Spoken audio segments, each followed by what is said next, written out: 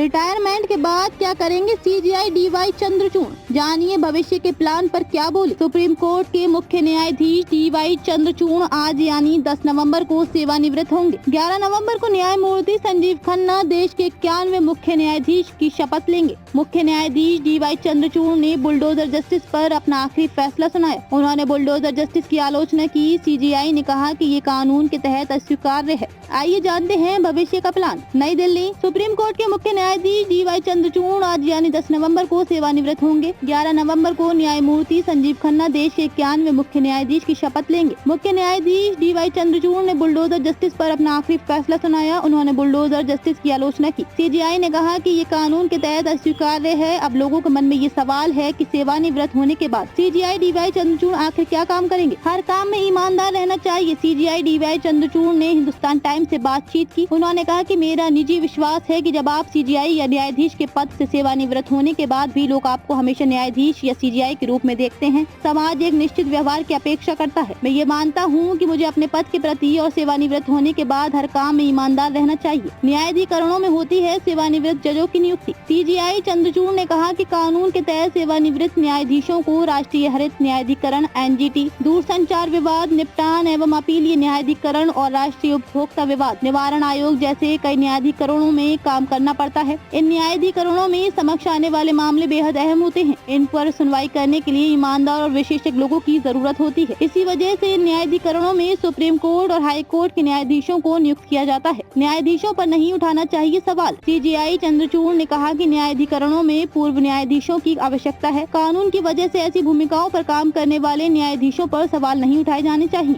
अब मीडिया को इस बात पर पुनर्विचार करना चाहिए कि वे इन पदों को स्वीकार करने वाले सेवानिवृत्त न्यायाधीशों को कैसे चित्रित करती है। सीजीआई ने अपनी आगामी योजना के बारे में कोई स्पष्ट खुलासा नहीं किया है, मगर माना जा रहा है कि अगर वे न्यायाधिकरणों में कोई भूमिका ग्रहण करते हैं तो मुख्य न्यायाधीश की तरह ही कठोर फैसले लेते रहेंगे। बता दें, डीवाई चंद्रचूड़ ने 9 नवंबर 2022 को देश के मुख्य न्यायाधीश का पदभार संभाला था।